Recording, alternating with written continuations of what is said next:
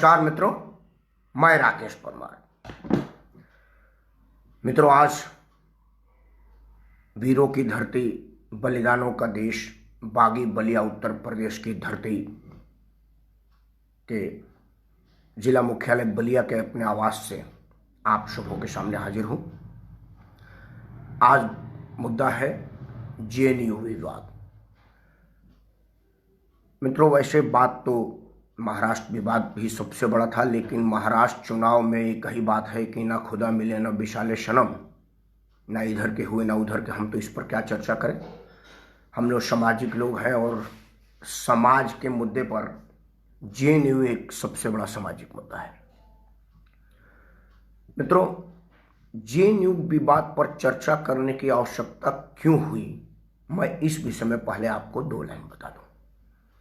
देखिए, हमारे यहाँ समाचार एजेंसियों को ये पता नहीं होता कि किस विषय को उठाना चाहिए और किस विषय पर चर्चा करना चाहिए। सबसे पहले मैं अपने समाचार चैनल के काम करने वाले मित्रों बंधुओं से एक आग्रह करता हूं, अगर कोई विवाद है ना जिसको आप कवर करने जा रहे हैं, तो कृपया उस पर बताइए कि विवाद है क्या मांग है। क्योंकि ये बड़ा बेसिक चीज है ना। कोई आदमी हड़ताल कर रहा है तो बताएंगे ना कि भाई किस मुद्दे पर हड़ताल है, तब जाकर के जनमानस को ये समझने में आसानी रहेगी कि भाई क्या मांग जायज है या नाजायज है। मित्रों, समाचार चैनल पर कभी नहीं बताया गया कि जेएनयू में जो लोग रहते हैं उनका मासिक फीस उतना ही है जितना दिल्ली में मैं सर्दियों के दिन में दिन भर मूत्रालय के प्रयोग में उतना पैसा खर्चा कर देते हैं। मतलब एक आम दिल्ली का शहरी, दिल्ली, मुंबई, मद्रास, कलकत्ता, मद्रास में, चूंकि जेएनयू दिल्ली में है तो मामला दिल्ली का ही हो, अगर सर्दियों के मौसम में सवेरे 8 बजे से शाम 8 बजे तक आप दिल्ली के सड़क पर हैं तो सार्वजनिक शौचालय के प्रयोग में आपका जितना रुपया लगेगा, जेएनयू का पूरे महीने का किराया उतना ही है। ये बात कभी किसी चैनल पर बताया ही नहीं गया कि जेएनयू का हॉस्टल का फीस क्या है, उसमें क्या खर्चा है और मांग क्या है। इस विषय पर चर्चा नहीं हुआ। मित्रों, समाचार चैनल उन विद्यार्थियों की बात करता है जो जेएनयू के लंपट लोग हैं। इसके पहले भी अगर कोई विवाद जेएनयू में होता है, जो जेएनयू तो हमेशा से समाचार चैनलों को आकर्षित करता है और समाचार की माइक अपने आप खींची चली आती है कैमरा के साथ जेएनयू के प्रांगण में, और वो जेएनयू के जंगल में रहने वाले लंपटों को ही खोजती है। मैं दावे के साथ कह सकता हूं कि जेएनयू में ऐसे लंपटों की संख्या 0.000 और बहुत बार 0 के बाद 1% है। बाकी का संख्या 99.9999% उन विद्यार्थियों का है जो देश दुनिया में जेएनयू का नाम रोशन करते हैं। मैं सैकड़ों के संख्या में जेएनयू के पूर्व छात्रों को जानता हूं। कईयों से मेरा निजी संबंध है, मित्रों संबंध है, कईयों का भाई भाई की तरह से संबंध है, जो भारतीय प्रशासनिक सेवा में है, भारतीय पुलिस सेवा में है, भारतीय विदेश सेवा में है, टीचर हैं, और अभी तो आज की निर्मला सीतारमण जी मिनिस्टर हैं, वो जेएनयू की हैं। लेकिन कोई भी समाचार चैनल का कैमरा इन विद्यार्थियों के पास जेएनयू पर चर्चा करने के लिए नहीं जाता। वो जेएनयू में चर्चा करता है उन लंपटों का जो जेएनयू के गंगा ढाबा से निकलते हैं रात के नशे में और जंगलों में भ्रमण करते हैं और लंपटाई करते रहते हैं। चर्चा उनकी होती है।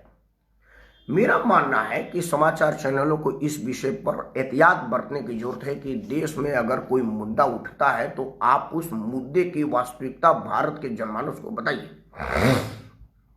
मित्रों, समाचार चैनलों पर कभी कोई ये चर्चा नहीं हुआ कि जेएनयू में बढ़े हुए फीस की चर्चा किस पर होती है।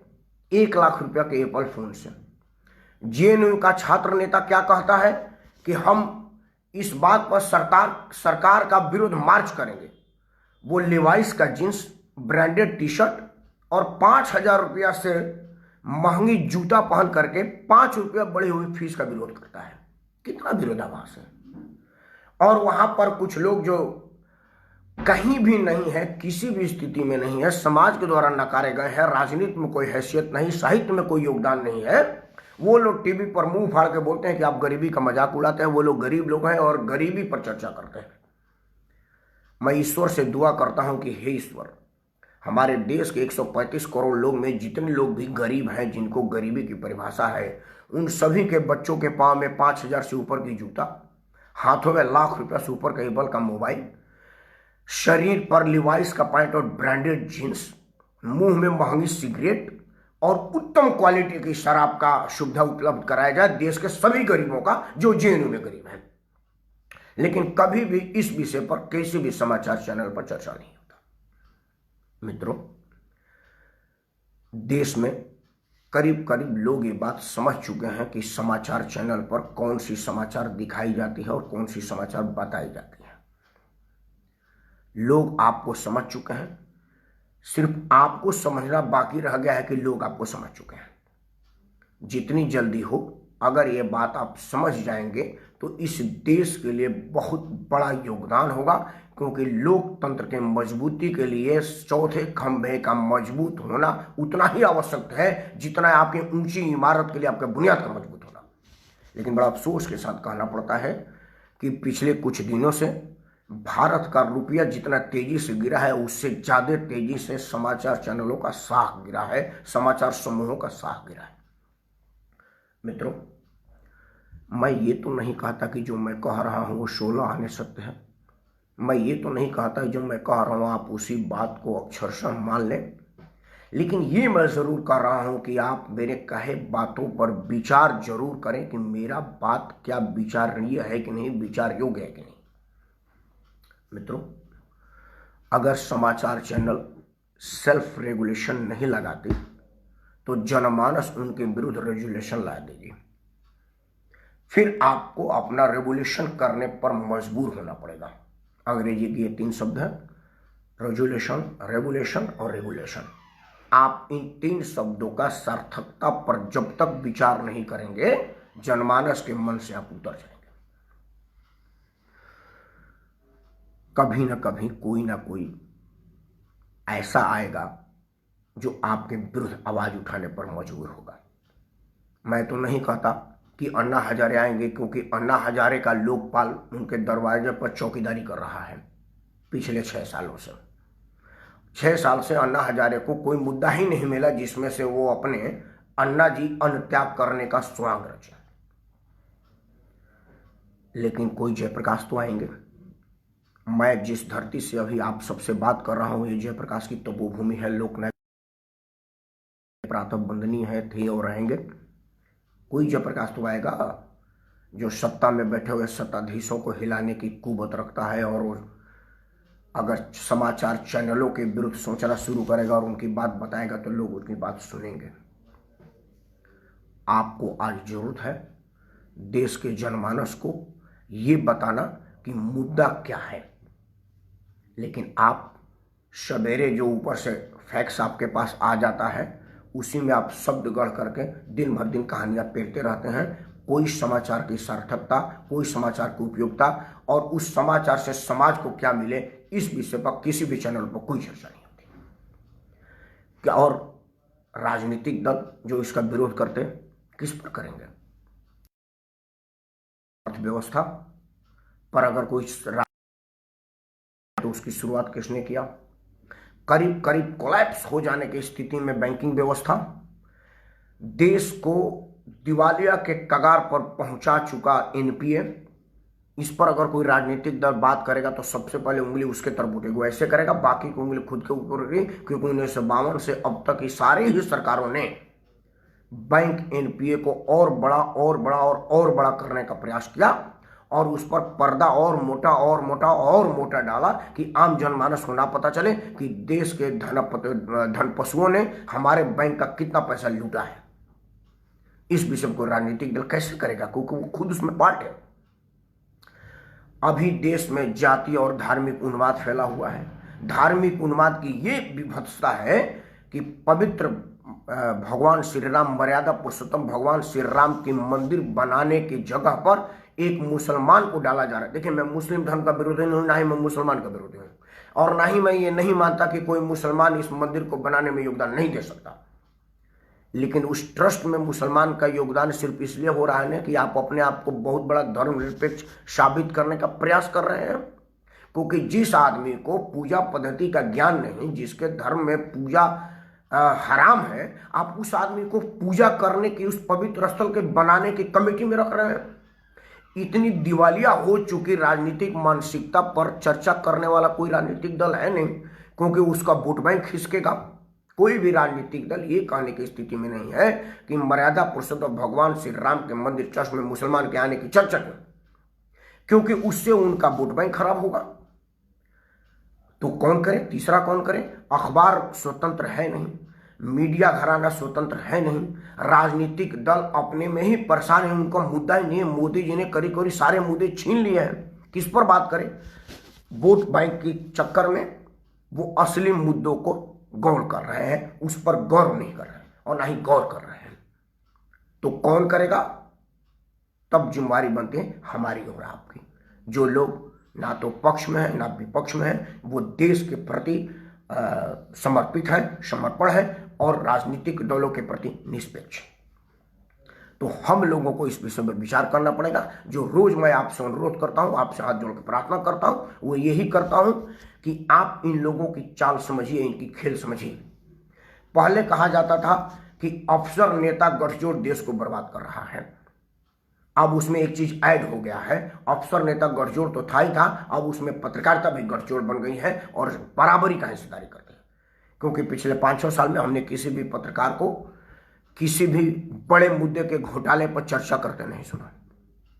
आज तक हमारे देश में जितने भी घोटाले एक्सपोज हुए हैं, उनमें बहुत ज्यादा संख्या उन ईमानदार वफादार पत्रकारों की है जो बड़े से बड़े घोटाला को एक्सपोज किए हैं। लेकिन मुझे बड़ा अफसोस के साथ कहना पड़ रहा है कि पिछले 5-6 साल में कोई घोटाला, कोई पत्रकार उजागर करने की सोचा ही नहीं। तो क्या ये मैं मान लूं कि अब देश में किसी तरह का कोई घोटाला नहीं हो रहा है, या अब पत्रकार घोटाला उजागर करने के प्रति सचेत नहीं है, लापरवाह नहीं है, या उसको घोटाला खोलने की इजाजत नहीं दी जा रही है।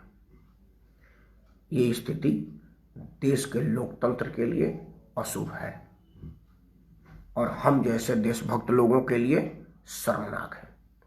क्योंकि जब मैं सोचता हूं कि हम इस देश के नागरिक हैं, जिस देश में सत्य की जीत है और सत्य ही जीतता है, वहां पर असत्य को मुंह चिढ़ाते देखकर मन में पीड़ा होती है। मित्रों, राजनीतिक दल आपके हित में नहीं सोचता, ये बिल्कुल क्लियर है।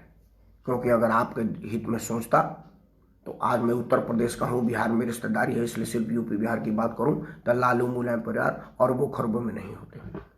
राजनीतिक पारी शुरू करने से पहले इनकी आर्थिक स्थिति क्या थी आप देख लीजिए। ये कोई हड़प्पा मोहनजोदड़ो के खड़ाई में निकली हुई चीज़ नहीं है, ये बहुत कुछ दिनों पहले की बात है। और आज की स्थिति का याद करिए, क्योंकि वो आपका भावना भड़का रहे हैं कि कोई दलित के नाम पर, कोई यादव के नाम पर, कोई पिछड़ी के नाम पर, कोई पिछड़ी से अति पिछड़ी के नाम पर आपको लड़वा रहा है, और समाचार वाले और समाचार चैनल वाले इसको हवा दे रहे हैं।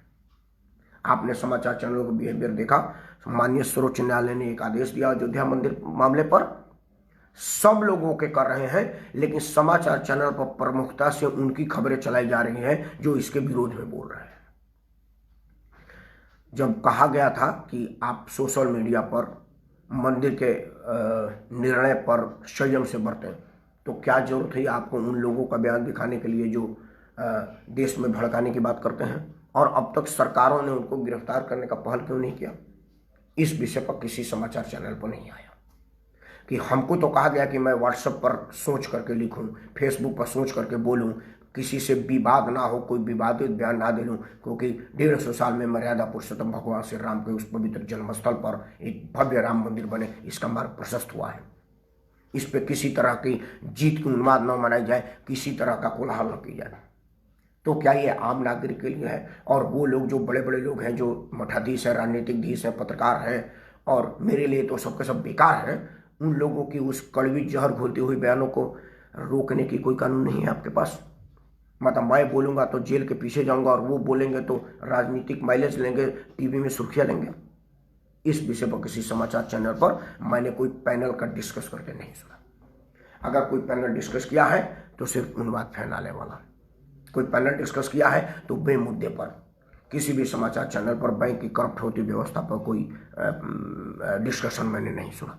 किसी भी मुद्दे पर मैंने ये डिस्कशन नहीं सुना कि जेएनयू में फीस बढ़ोतरी तो मुद्दा ही है, इस पर ये क्यों नहीं डिस्कस किया जाए जहां पर देश विरोधी गतिविधि भी चलाई जाती है और देश विरोधी नारे लगाए जाते हैं। किसी भी चैनल पर ये बात नहीं दिखाई जाती, क्योंकि चैनल पर तो उन्हीं की बातें दिखाई जाती है जो देश विरोधी बयान देते हैं, देश विरोधी गतिविधि में लिप्त होते हैं।